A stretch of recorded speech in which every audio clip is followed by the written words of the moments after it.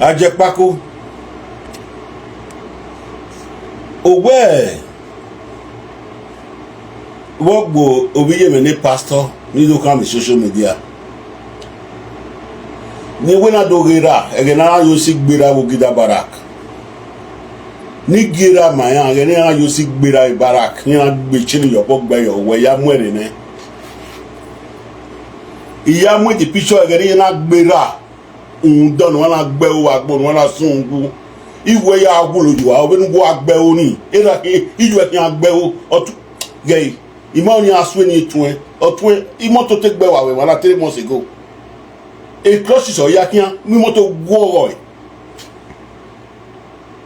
e da provoke imoni o ma kame kan tun no na wori awagbon la wa bira wa bijuwa uwe era we mato eruweto bo gbiyan go gbera Ajepkako o jera ya rabiti ogida baraki yana yo sigbera doge ide ni mwe maya we yana no ma bege yana ma bege ni mwira maya egena gbale chini yo we yan kan sale gboa ni gie maya ki o ma lagidian ni gie maya we tito Anna, I just the enter life, so I don't play game now. My queen, you go away first. I want beat this small rat, this lazy man. We know the 29 years for Europe, we not fit work. We woman they feed, where they carry pikin, they go road. I go play the record ball of my country. People of TikTok, when I call listen. Ni kwa le piche ge yana yo sig gbera be barak. Ni kwa le mo ade TikTok. Era was very oye twin me iya time egbe iya yo si wo geda fi okwa tosa ogida barake ijeni mwira ya gbechi ni yo bogba yo we ya ke gbe iya gbechi ni yo bogba yo we ya ke gbe oh we na mi na oriti o malaja we ti top we dia na ijeni ye gwale do la dia dini ye gwale we ti top we dia do la dia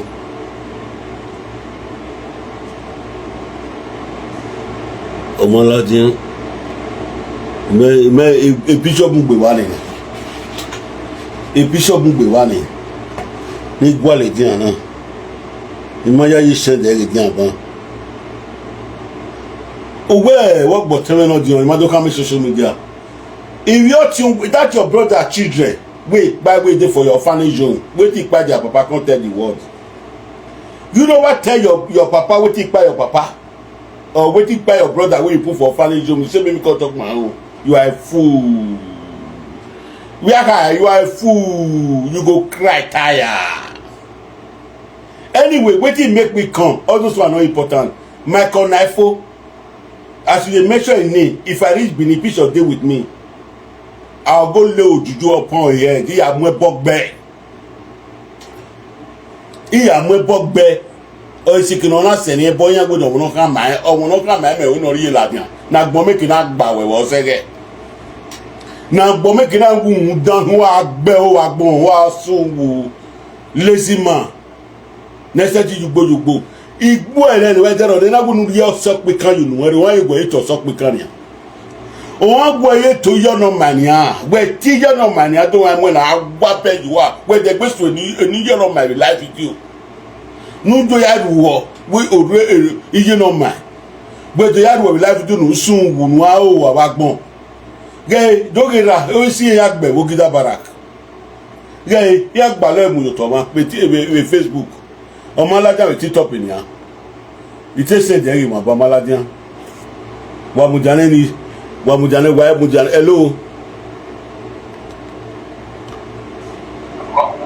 hello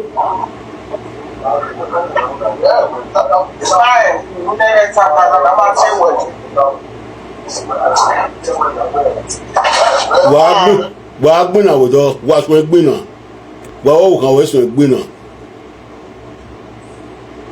wa so gbina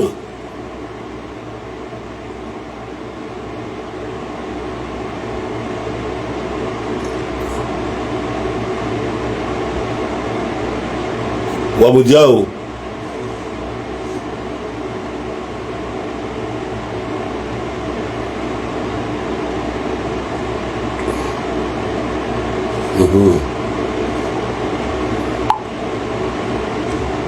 Emwere ne.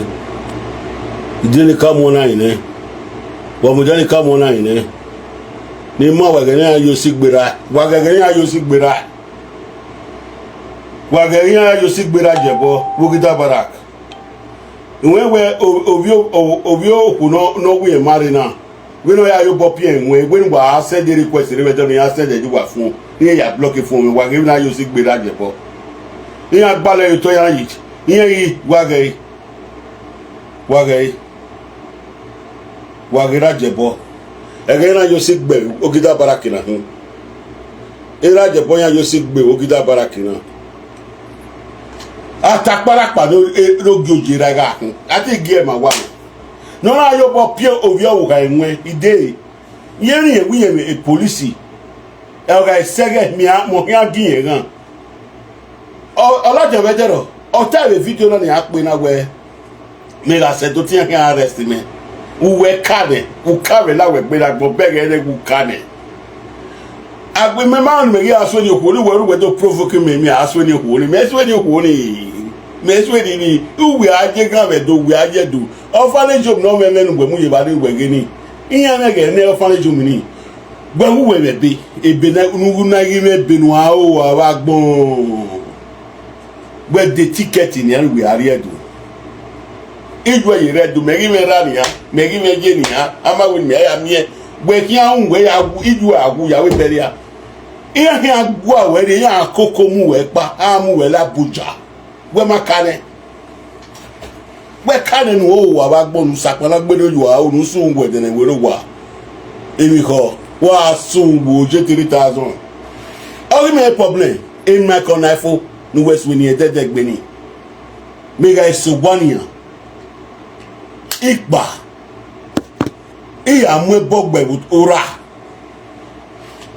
iya mwe bogbe mwe la live video o kiaka asere bono zigi moto akian me zigi moto akian eri kian we my corner fuse me mege niye me no won akage ni adogun ma mi wu o mario mo no type omoni awa igba pe ko ni ne egbe o na my corner fo ya mwe bogbe am gbo am gbigi wa iwe si egbe so Ajepkako Uwe work but telling a pastor, I have no explanation for you. Where can do explain if you fake or explain that of fake orphanage where you go put for their soul. Those children wait they waiting by their papa can't explain to us. If you fake or explain to us, I go explain. So now you just the craze for life. I see the video where you do say if I hear the race beneath, they go they arrest me. Where you don't confess. When you don't confess, I say you will confess, you don't confess. I not be your mate Ajepkako. Other thing we do, I too pass you be small boy, where you don't get mad, where you don't brag. You dey make mad for life, you dey make mad. 29 years for Europe. Now finally job, rent, now you put your mama. You know they work. Whose work is they work for Europe now? When you go for orphanage home. You know if you work for Europe, you want the people go they work. Make they call they give you money, make they feed your mama for orphanage home. That people, they be fool. This type of people, nice. Hey, pocket way get old. Now they spend money they put. Pocket way get old. So I go fian when you put on you.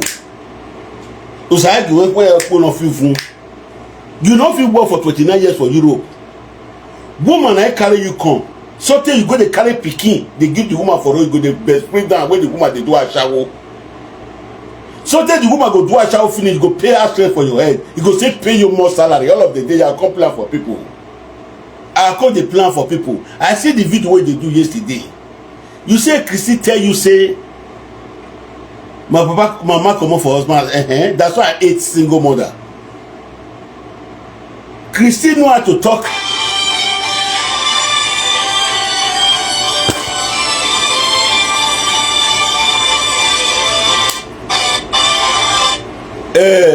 Pardon.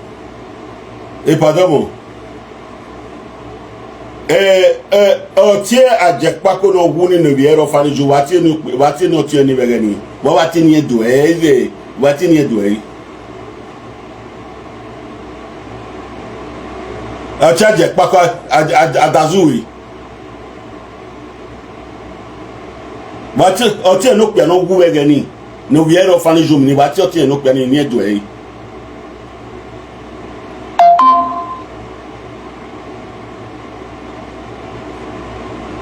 Okay, look, but you oti no ku no ri oti no ku no bi eni no bi no ziba. O no bi eni no ziba ni what e.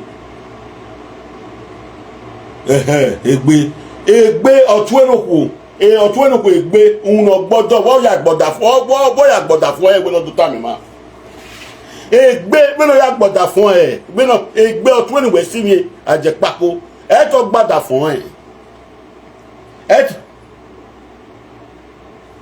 ìwọ máa ń bọ̀ wá òwe òwe nà ziba ọ̀ya flag come on flag ìwé social media. Owe no ziba yin ya come flag with live video eti me mai aya locate ene egbe o ti we no ku egbe boya what's the order for izobo no ziba eyan gbe gbogbe to ta me mai no gugbe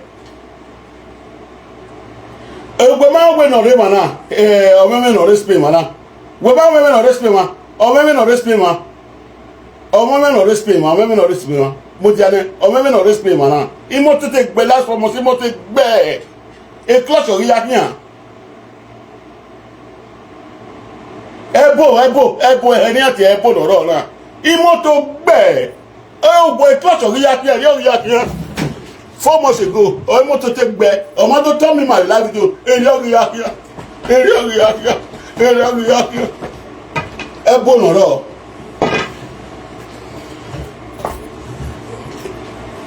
Woman, hello, woman, ebo, eloko me, imoto, obari, edowa, uwo memeno, obari mele la bukpo kian, o ma bukpo, o kian wa kosi jepa, imoto ya guari. E koma na yore koma. Ekwe ma Ajepkako do time ma social media, no do pon sa wotin imoto te gbe o, ogbe gege o. No guy, mo be no si. No si mi Ajepkako ni bati oni no dikogweni. No dikogweni ni police gwari wa so. Emi no ri egbe mi no re egbe ri oti oni dikogwe. Ono ya gi ogwa ni ya gbe iye fifian. Ono ya gi ogwa mayan.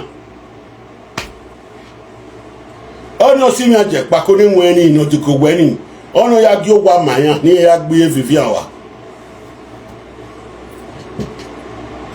Ebo loro 4 months ago imoto gwo e clutch of ya here egbe oti wenoku egbe boya I talk about that for e eno o wi welo no ziba no bi no ziba egbe boya gbe no ziba e ta dada ko to kun ture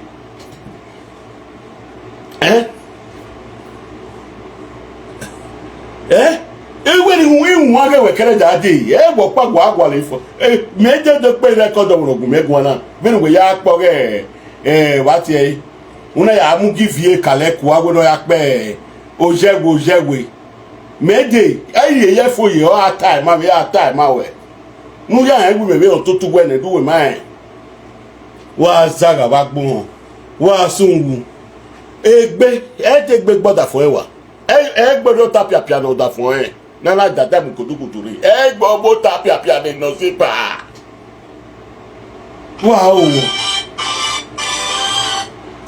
domo network Nigeria no baba gumegun e network no gumegun ebo noro ebo ni ati lotoju kan noro iswe ni otian o ma we ga agbe teri ni dawo baba ya agbe te fi otian yo jawo teme yo so me na gboke emi yaruwo ni bino ya yobo pi won bi ovi bino baba Abuja ni sabo se na egwe bino ya yobo amu no ovi oku no ro wai ni se de egwe nu de egbe ko ni se de egwe nu de egbe ko mo di ani se de egwe igwe ni dado ge send the request we don ha send de gin yan ma send wa gbon alaba iwe gbe na we alaba no mo ko bi UK Alaba no me UK no mo ko UK oka awe egbe ke pa je alaba ki aje webo oga yogwana egbe na gbiwe no gboda fun no yo tapia kono ino zipa alabagi la alaba uk ya o wa alaba ya je gbue alaba ya je gbue alaba no re uk una yo tapia piane egbe no die ino zipa ba una gbe nu mekira de pe ya wo e yo asogwa idenu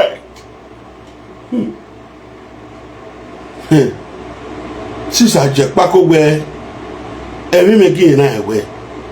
Ya come mine and way so it be. What go make if you know what get go viral. You didn't go and know you popping when you can't say they give any wine ever to me again. In a mere, what guys say police station be we moving with any. Even good bam or you can't hear my police. If only we are not aware Atiti. Yeah, we can make can.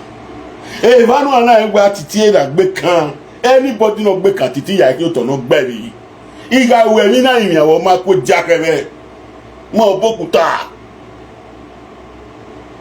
Iga yin awo ma ko jakebe. Ugudo di ma gbo ewe me. Who I tell you? Wa gage agogi. O bono wo ka mu bokuta no won mo eyan. No. You go no. We are prophesy you get tired here and I go get result. I do dare you. Even more boy.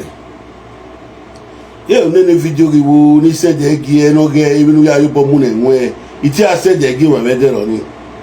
It has said the game on. Even he said the gear. Even he said the gear was said they do whatever was said the game with it be. Even he said the gear was said the game with it be. Do whatever was said the game with it be.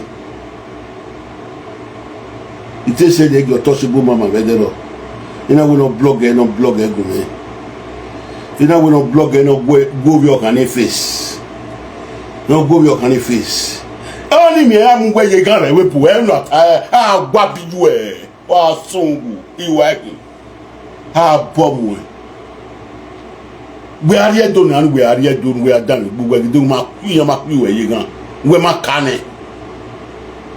Zozo lawe gbe wa gbon mi zozo lawe gbe na nwe susu wa warrior even warrior now ideni le gbole de piso ototo meri na because e wan ji won na so wa na no de ototo meri na le piso ge wonu na yo bo pi enwe nu ayo bo mo wi o kan tun enwe. Ite send egi sister na weather on Italy. Ite ni call kuna.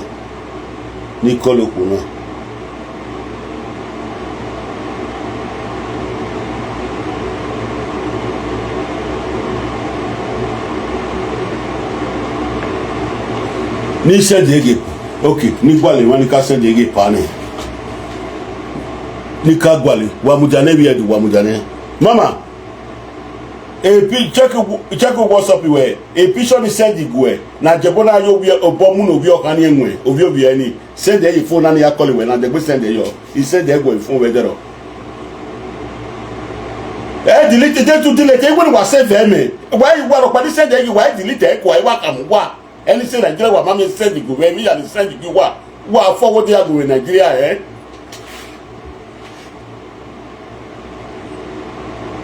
make it well what pay you are soon he come out we can't swear rubbish in anywhere Ajepkako what is going on we not want to preach and I know when you are not a prophet I'm a prophet we not want to preach na kama we pastor them my prophet una we imagine school okay na we akama we say ina we akama we megaro kabe kimkisila you think that I'm joking wa bedwe wa gbe wa gbo wa so wa do you think I'm your mate I have all my proof iwe ya isi oko edenu we tamami palo wa yo bo obi okanu enwon ikokan ni wo wari ya oye wari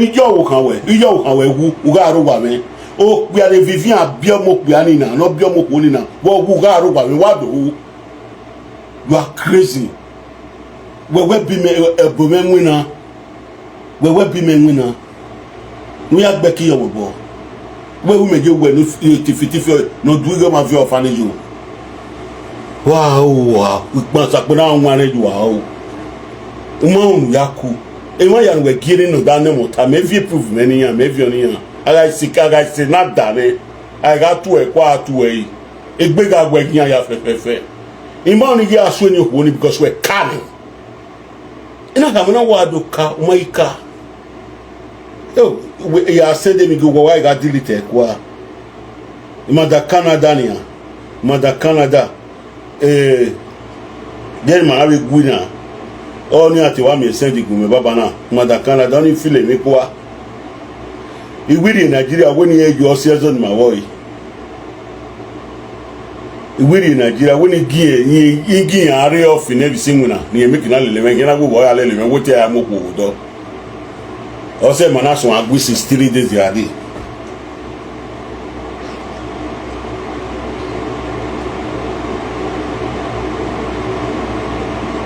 ogun okay wa mudia o ibi edu no reti top wa mudia ni to bo me amela jan we ti top wa mudia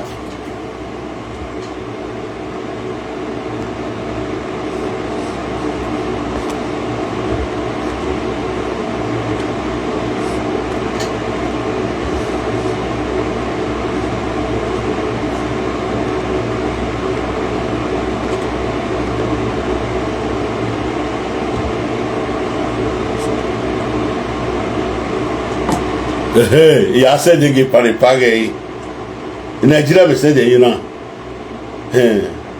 egbe why at ya you can say they get pare egbe what Alaba no re UK when you ya do tapia pia ni egbe no ya gbe no zibawa what do time mama la baba get an episode of my pick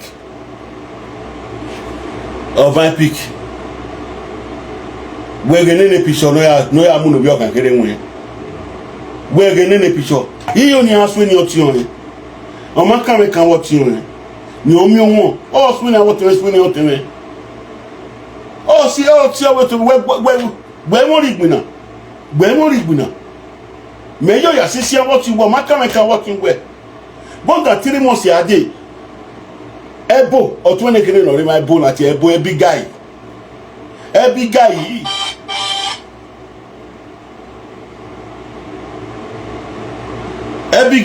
imoto bu no obo no we e to so ya kian imare total social media ina fe ko mi na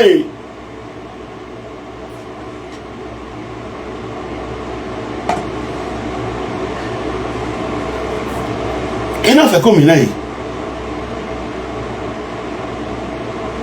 Alaba mi on me te de gbe se de gi we mi on e worry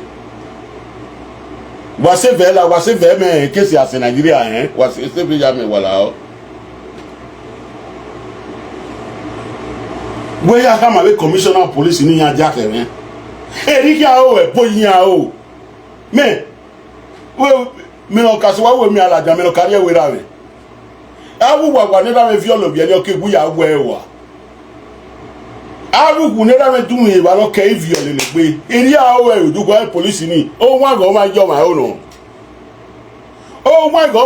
no yan ji me o wa be ju wa sapona wa re ju ohun email yo gba me ya finu ko si vini ya yo bi e we ma gbe nu te puku ara o ma bu na te ma e wo na ka email yo gba ni ya finu kun yin ya gbe ya tun kun yin ya ma ya dun kun ya e puku ara se ti la wo ni iwa e go gbo a o so ngu wa gbon oh so ni about teme what can we about out we wu me ma watching we egbe ni we si mi e to ri ino zipo e to ri o tapia pia yo ibai ala ba lo re UK ori o tapia pia ne no ri ala ba lo re UK ori o tapia pia ne egbe when you ka friend ye ke pa wa oya bia ni no zipa na do tapia ona we no do tapia pe right e ta mo no zipa puru do ku adu to we ta mo ma we no gbe na no wo no la wo me do come we no gbe egberi megbiji me erugbe na hiwo gida baraki ni ya yo sigbo ana iya hin agbe mi amu ewuji ina che na yo to erugbe na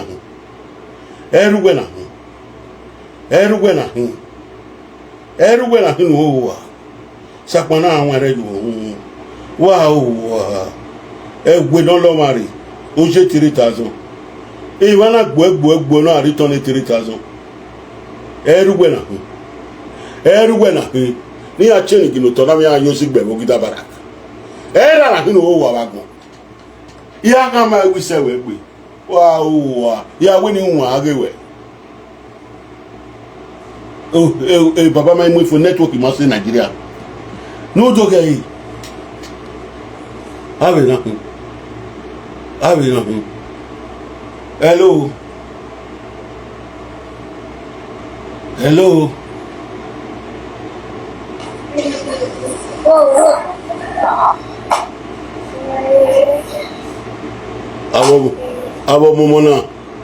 Abo momona re gbe yaso ije ni wewe saga. Abo momona yin amu ya won bo. Iyan ga ni oruga ya ni oruga Atiti. Gba gi yo we se 30 years yan ke to agbe ni me la ni message to Atiti o. Gba gi yo we se 30 years na re mo wa mu bo la no da ga Atiti na wa gi yo se 30 years ya ke so agbe message ga Atiti. Abi yo mo yan wa do mo iwo bo. Omo mo ga ni oru. Wa gi yo se 30 40 years yan ke we agbe message ge prophet Atiti. Ma mi am contract. Ma Ajepkako me contract yari ina se 190 years ne ta vi teda yo ruvi fo yo gbo yan ya agbe yan be imi me ni agbe ba gbon ya agbe be imi o sun wu wa ba gbon sakona awon rejo ohun kere ki ari enu ejo sie we di to sie veju egbe wa fana isi veju egbo aso gbu odo wa be so ibi 2 days ibi gbu egun cause me ya na ya gudi na ya yo ogwewe when we gbunu yo ni awo ti meni e ti me ma awo ti we ni ya gbunu yo egbe ngwe si ni no respect my bo imoto gwo ga 3 months go isoko clutch ogi ya kian me ma te do ta kere da de ni ha me ma te do ta wo ka we ka wa o tere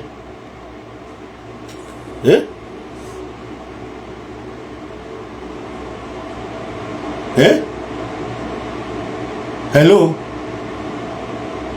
Alabano re UK. Alabano tapia na ti wenu egbe. Ona we no ye no. Ide lika call it pani. We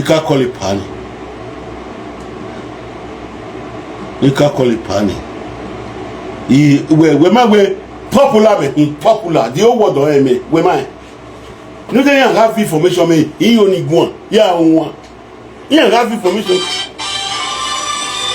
Hello baba o me the picture there get the picture there your pop o wi o ga enwe you say the picture to tell we baba zabo ga yi get to tell we tell we na no wo baba gbon so enemy who mad when we botany ogas egega se ami ni yorupon buwe iya ka mi mo okuta bokuta na egbe we na egbo pa ologon me ka siku we kege ni ade ni me na lawe gbe frustration na lawe gbe na we me gwe na ewe itie was the first time you know we to preach now with the we sweat pastor my prophets. Hello baba. Hello. Obe no ayo popie wani e. Ogbe si egbe. Imi agie. O ma na we mi ara gie gan. Oloja we no de. Iye we to ra so gbu. E ma no we wu yen o. O we me ga se Nigeria we ti e ka ku me yoko. Be ni we na kane. we can even we can rely we gbene I made the video we can me all me can really gbe ebe no hori akoli me mo me ya so ni ku ni o we also we that we ma me wudu also we le ka ma me wudu we cut say wa e cut ni e gba say wa the cut ni ha ma we ma ni di ne wa wa gbon e baba ba ti alaba oya we ori o tapia na do tapia ne egbe no ya gbe wa ti nínú pia eno ziba eno ese bayere eno ese egbe alaba no UK AK no eno ese AK no ziba ba ti egbe alaba one of UK ona we egbe ya do tapia ye eno ese ba no make na wo fu anya ye Nigeria no ya lo ye ke alaba oka afreje egene gbele ma mari oga afreje alaba na lesi ana le ade webo alaba na do say UK alaba wo ko be UK o ona iso wa ona wa kame egbe owe ne gbe ya no tapia ye eno ese bae eno zipa eta mo no zipa toro odukun alaba belu ya gbe alaba of UK alaba one of UK ajepo si wo weladia ajepu esi wo weladia iganawe agagbawe alaba one of UK ben wa be egbeyagbe no ese a eno se wa AK no ziba ben wa yagbe wa ben wa yagbe ijema wolu before ben wa ya tapia yo iba alaba of UK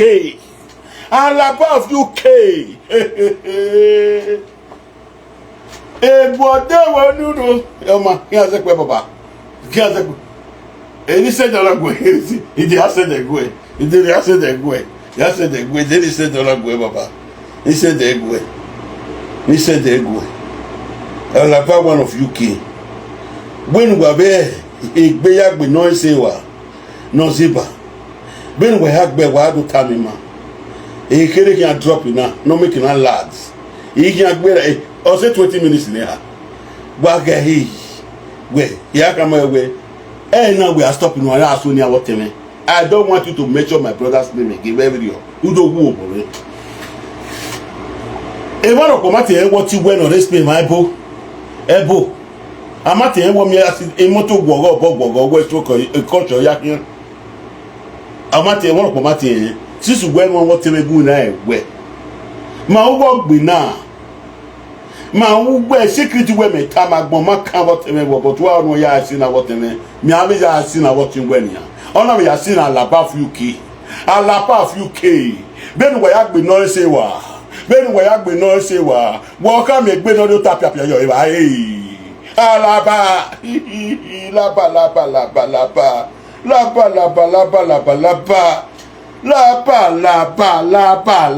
laba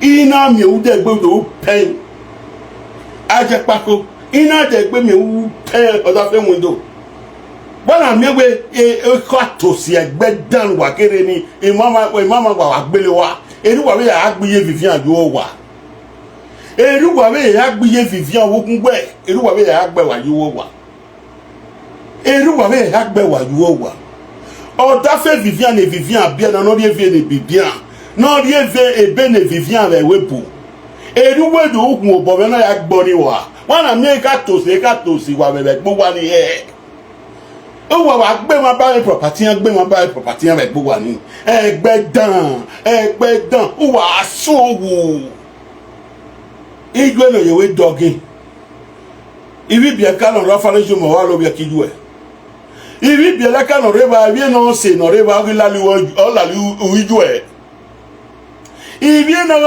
no se no reba Iviegbe. Eyan ri la lu iju e orphanage mi. Eyan ri la lu iju e.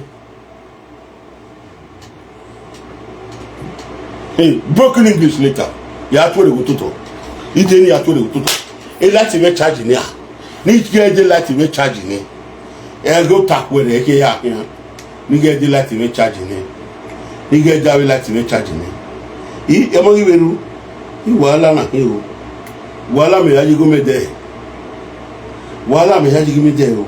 Owe kenu ru pa je mi ana se mi ale gbe bi gbogbo e na. I mo ru pa ge oba ni. Gay. Gay. Eri kan fi oyo be na. Eri kan fi oyo. Owe bi mi ale ya gbogbo e na. Kenu ru pa ye mi ale yi. U bege yi. E phone na o ka rotate lega be na. O gbobodo lega ni e ya gbo agbewu wa so. Egua. Ivi bi ele kan ro fanijo. Ivi no ese. E no ese ne gbedo tapia piana. Na la ba one of UK we no do tapia piana. O la ba no danyo.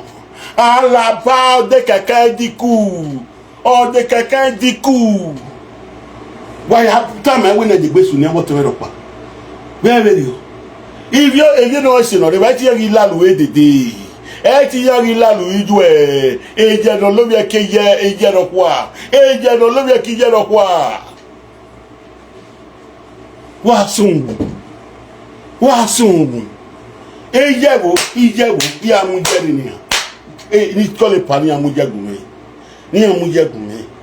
e tu we na do ro o we na do ro na do ro agba be wa gbe o wa gbon wa sun ovi oji ni agbera ogida barak ovi atakpara pa no gi oji ni agbera barak ni ogun na ni da na suobu we imi o ira kan suobu we imi e to le imi wi wa suobu o gbe agbeke we imi ya gbe 190 years ni na va wo de gbe mo pa ni agbera ekedu sun agbo da wa gun udo ira do wo po be wa lori ari emi toyi iwa hin gbegbo agun gberu uwuwu wekia o mokpe ani no gwe vivi ani o mokpe ani no gwe vivi ani o we di o ma no wu no yare CNN de do we di o ma no wu ne gbe bie gbe mo ko no gwe vivi ani gbe mo ko ni wekia we wu gbe mo vivi ani de no do dan wekia na imeli yo be nwe e dogi hena mo vivi an won no e won ni gadugbadu ni o wa me kina biefo e wa me ri ida igbe fi mo ti gedu godo ye wa mo isele isiso ti ye bi opa mo fo ari yan ibi opa ilo je mo ti gedu iya mo sazo wege ba e iri ugba odegbobo so me bonya vale 2 by 2 me e mo vivi an ni e mi ya kan wa ya kan wa ni me o wa ni bo wa mi ama Ogwani Paul wa biama na mami na ya kan kera da de wa magi la wo ya vale na enwe vivi am kan solo 2 by 2 3 by 4 5 by 5 na ya kan wa ni na agwa pe da wa biju wa we go agun mwe vivi an re no lari no tori e dogi wo bo me na mu chama ye we vivi an ina mu we yo ikaya mu ye ke ye yo bonya mi an imwe ka ye mu ya kuto mi an ye mu ye mu yo ina ri ala ja we vivi an nene o pu wow wa gbo wa sungu we ne vivi an do down we kan agin wow ya we ni won agin ya we do saba special ya mu ya go agun imeri ajino moto balana ya ba ajino do moto ba tu wa te fe to asola yin mi ari ajino moto bala tu bi asola yin imeri e ba na o wow emeru wanu me no ka we comedian ni ri ye fo yo pa fi fo lesin me no ka we comedian no ma ye school no we comedian we aye gbugbo akibe wow alaba me hiana alaba odanyo alaba ba wanyo no zu ole le street here we UK alaba wa we kankan odanyo dikun Oba money on work in the UK. If me a platform we so we are tell Alaba one because unwe audio tapia oya kame igbe no audio tapia no gbe no se wa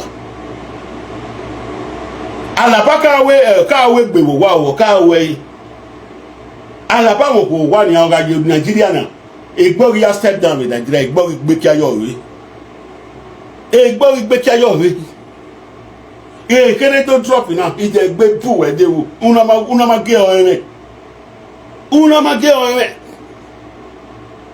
ọ̀pọ̀ wọn gbo ẹ̀ ọ̀pọ̀ wọn gbo Ajepkako ìwà ẹ̀kì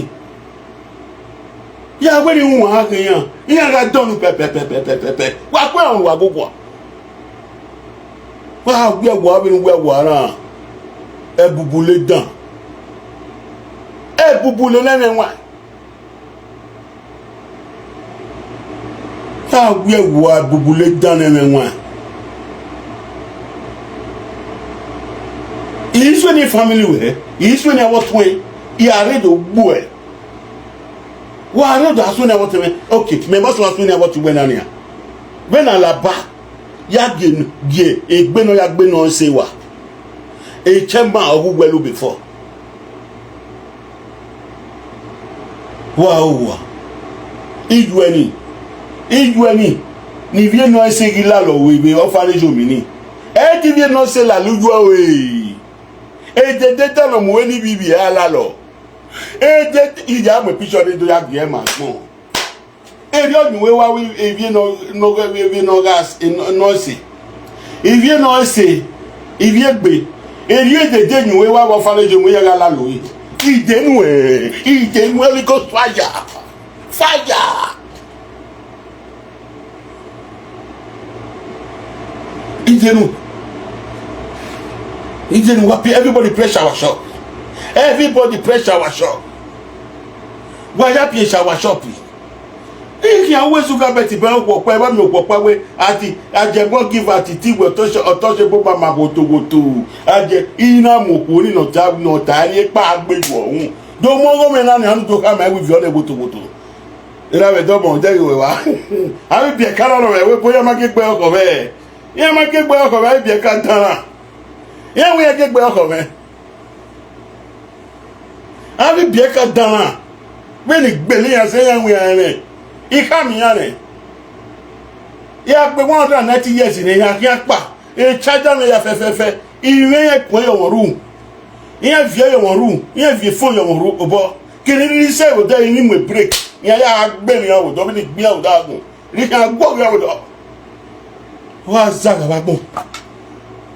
Egbe ikama wele ina de gbe no se pe kan onwe eni ogbegbe iye no ma ina de gbe onwe ya ku we otuni ya ka me we ma ya no ruo no joge ruo webu oro tuni ya ka me ma no ma ruo webu esoro no ro tuni wow awage o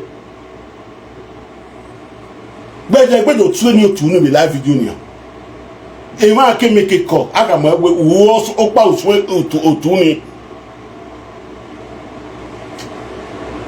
wa gbon iso ni awotwe ise na awotwe picture we are move ovi enwe messenger ege ma ya daso ide ni me kolo ni kolo ko na ni ade ni adomo video na ina to mo egbe na tebo ni untouchable mama ide ni ti eyi ni ka ma no send the picture ni gbe ni mo la dian ya ni mo la jana gbon pe geru ya yo bo pi enwe because ina mu ge na go go a o e ma ya ni send me ya gie ya se Nigeria YouTube o ya forward ya gu me wa keep a phone wa because the phone na if phone le gbe ari wa ya so wa ya wa se put the phone on me eat the phone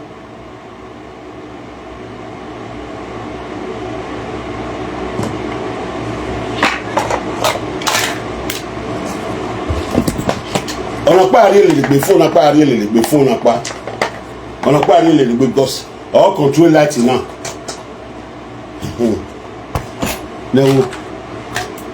no meri ototo ban Mary Ototo Pan, I'm not in a yammy. A bubule. I tell you, you want picture was shopping. You want picture was shopping. I mean, a 10 minute could not do. You want picture was shopping, man. It is money cabok balabafana.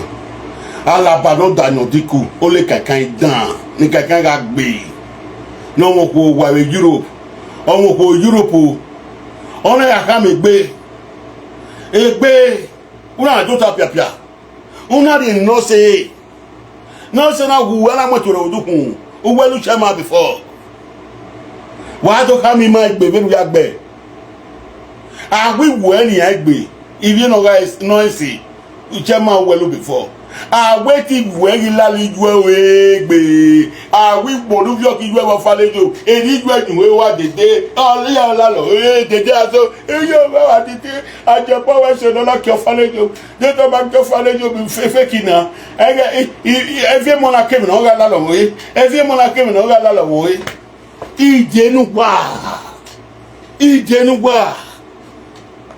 Ije ya gbegbe ya mo pishi you anybody. E power mugume awe paave me wa ya mo pishi duari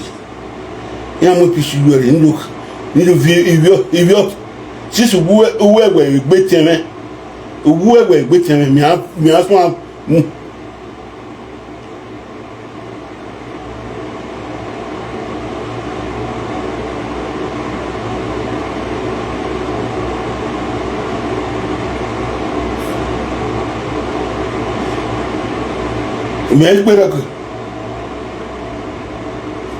wa mutulubu ahia odo why you vote neni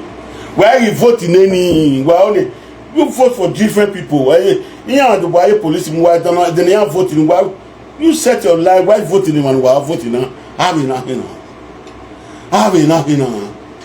Ajepkako you are trying me when bubule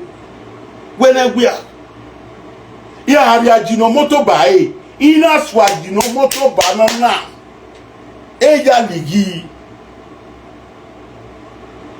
una weni di ajino moto bae hari e ba Ajepkako me meri e ba ni han efe wa we so gbu wera then we got call me over to me me kalogo ti we dia bana mi dan wa ke be gbogbo ani eru o tun no pia duwe oro wa mi ma kolo tun no pia ni eru wa ya agbiye Vivian duwo wa na gba gbele ma egbe dan ogun ki agbegbe we ninu sun wu e record ni we o imewe keep e aga se cut we have your well like me have your email again. Benu sore rive solelue. Benu we sore rive solelue. E no kan we kan what me. Iyan ga no we cut. Wow. Ma be me make ask when you to work again yard more than 3 years ma ke gui. Me make when I got to work again yard. But that what me go. E ba me ask when you what to work go na ni. E ba me ask when you what to work go na ni. Egbe no ziba. Egbe no go se. Egbori o ta pia no vi wa na gbe fo a o nu de what ye nu da la ba no re UK na gbo tin wa fo a nu da la ba no re UK na gbo tin wa fo a gbe iya si na gbe we ya fe ma ji me o wow ogun fi an gbo e ogogo no la mi gbe wa o ji atapara pa no jojoje 3000 other frame window wa salu abi pa ba amelewu ni wa me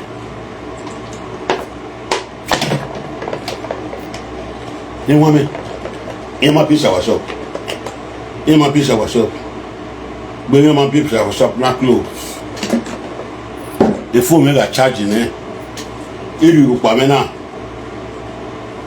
il débana débat il a comme les abord débat il a une des boubouga il a des boubouga il a donné boubouga ne ina we ke we ya di we ke so agbo e bona ya ebubuga na ebubuga o le oyiku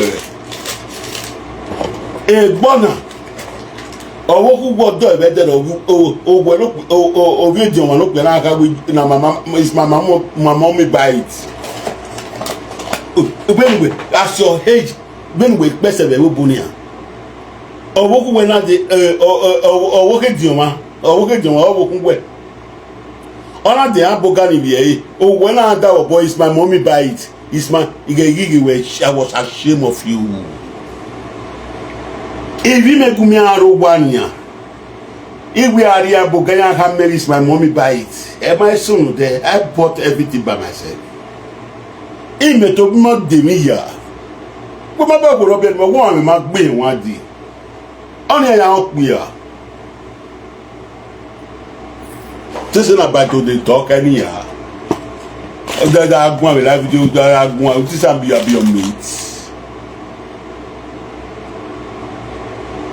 Na so your pikin that no be your pikin John pikin waiting for the house because Vivian carry belle comot for that house come give you belle wey you no get don't make on we ma yanju wa Ajepkako you wan chop bukaki that day your pikin that boy dey tell you say it's my mommy buy it if they hold your hand no chop it's my mommy buy it is it not shame and you dey live video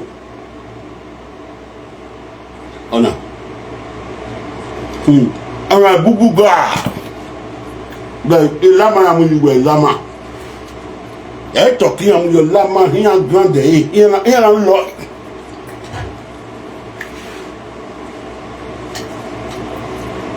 even ka do my people na good afternoon God will bless everybody no na share now I come and charge my phone I dey go down just now ma compte sans this small boy ndo gba gbewu wa o wa gbon ila ma popo na ro sa abo dumi ila ma tiki e ila ma no ro mi awaye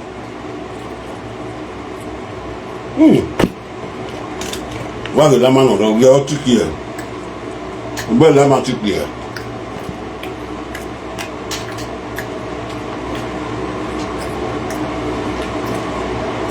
Gẹ́gẹ́ yẹn mo ra boji o gida para ke yo ti gbera gera gẹ́gẹ́ din to se gbogbo mo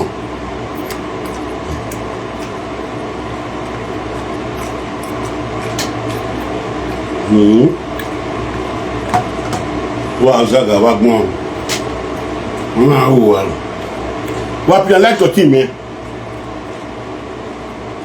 nkadi wa ni ke gbe ni asi mi me gbe no zuwo la jabo wa fana wa ga jo la jale o vie ne wo sin e fe la igbele bubule bubule gbe la igbele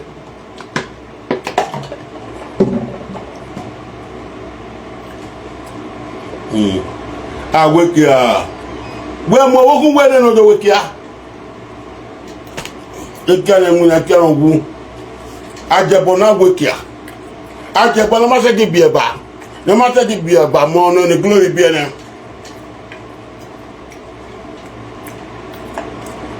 Ajepkako no gbe kia awe kia dan owi o me ni ayo si gbera o gida balak wa gira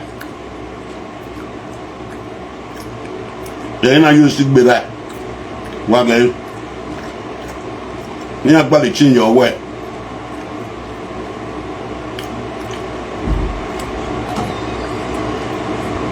ogida barakina hin agbalera yo to ejere agbera na hun ejere yo si gbera ogida barako yoji wa gbon alaba laba lo re yupe uso Yes, one guy, ne. Yes, one work, man, ne. Yes, one work, man, ne. Immediate jino moto bari area jino moto bari aturi was like area.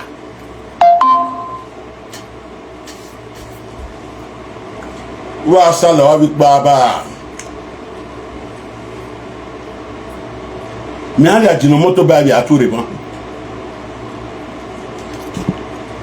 No ga do ami keri awe. O bubu awagbon.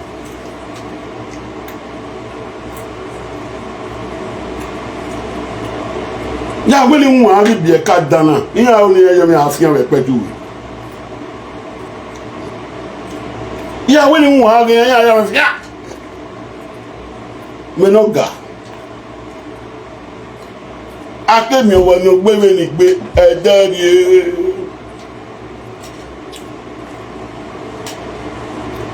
owo wi ya la Nigeria owi mina mujabo we wana wanya mume first 3 days one with Nigeria wa mi iware we rare abuwa wa ni rawe bi olobi eni oke wu ya we ya wa ya afrika bodu le ari wa ni afi fun opia izam gwa ge no pe na wo ko asun we Nigeria wa ra wo we no na wo ko asun ya de ke de ari wa ya ko wa o ti bata iyo pe no ro ya za gba vinu fun opia vinu fun si lele ibi ewu ma ya gbe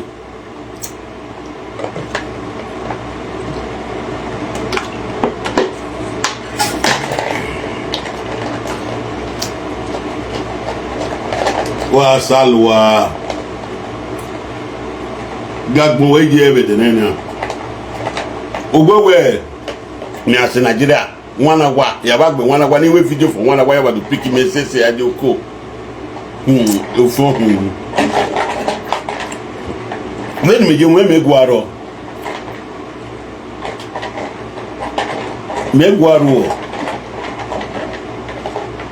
we will get to the bridge. We are going to raise the wire to pass the bridge. When I say bridge, you get people put the wire move and you put the wire move. It's all I look to the bridge. Way. We will get to the bridge. We are going to raise the electric pole so that the trailer will pass.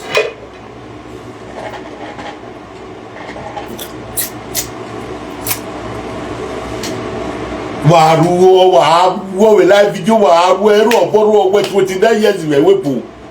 O mai se ti to mo bo wa da o da mo wa pala je be go wa hi na wa ge de we o be fi anya gbe ne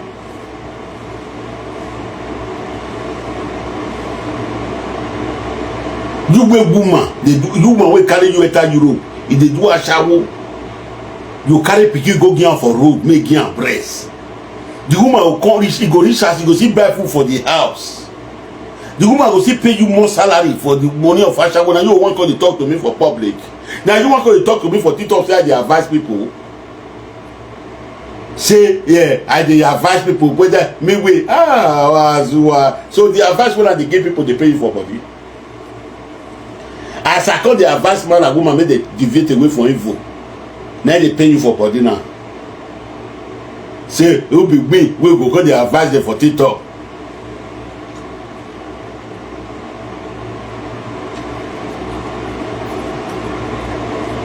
Wa salwa ewia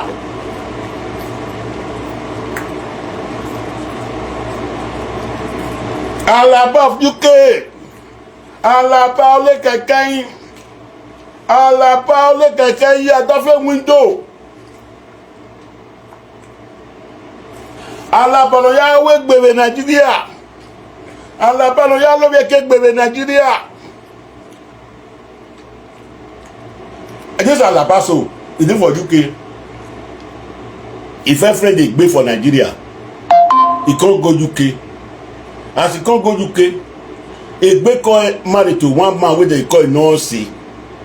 Nonsi was the Welu chairman Noziba. We say he gbé love Alaba of UK one Alaba of UK he love am. Where Ajepkako go as the first time, he can't tell me go poesy, me go give you tapia to when you share my no say, I'm going to do egbe wenu asi wa wela ja gege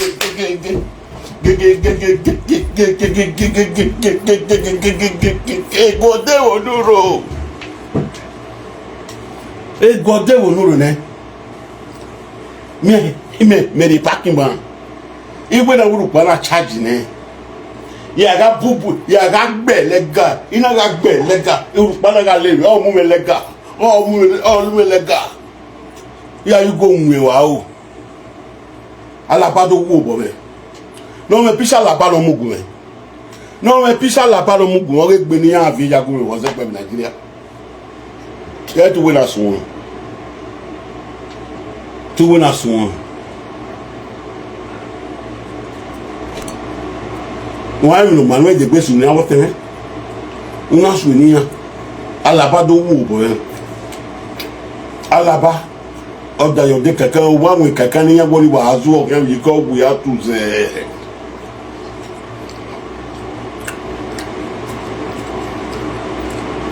ọ̀wù yá tù zẹ́ wọ́n wé kankan nù.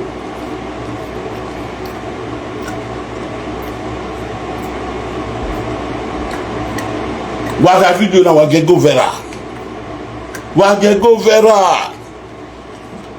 laba of UK. Laba of UK adewa oka friend egbe na je bosin we Nigeria you fair friend for Nigeria before you run go Europe London as you run go Europe egbe come married to no SC wey be well chairman before as you come egbe no love that man no go say is no zip no love am he can't tell us say go buy otapia he can't give egbe can't give a no say otapia wey take buy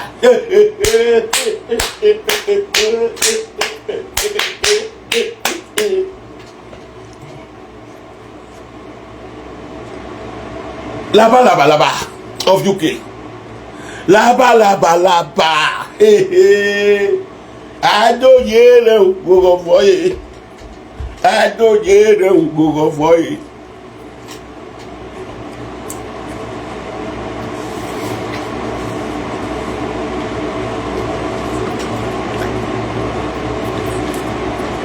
you could mention my brother name I no dey mention my brother name you could mention my sister name I don't mention my sister name only today when I don't mention it his brother dey for Ibadan there Ebo